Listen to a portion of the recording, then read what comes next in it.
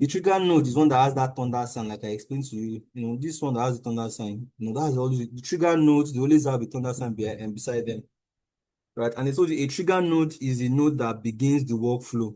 That's the very first step. For every one of you that uses alarm, right? That alarm has to ring in the morning. That alarm is your trigger to wake up, right? Although, of course, if the alarm does not trigger, you might still wake up later, but that might be way past the time you want to wake up. But for you to wake up at the time you want, right, you need that alarm is your trigger. That means it's that alarm that begins your day, right? That begins the series of events or actions that occur in your day. That alarm sound begins it.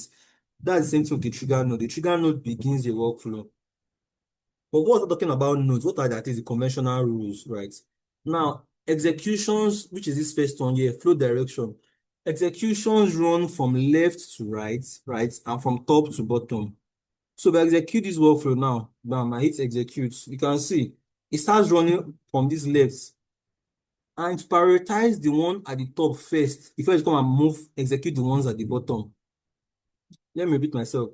Executions run from left, you can see again, from left, and this one is still running. You can see this one is still running. Now it has finished running. But you can see it runs from left to right. So if I click execute now, this one will not start executing. It start from this one, after this one, now because this one is now branched to up and down. Okay? Anything's architecture is to prioritize the ones at the top first.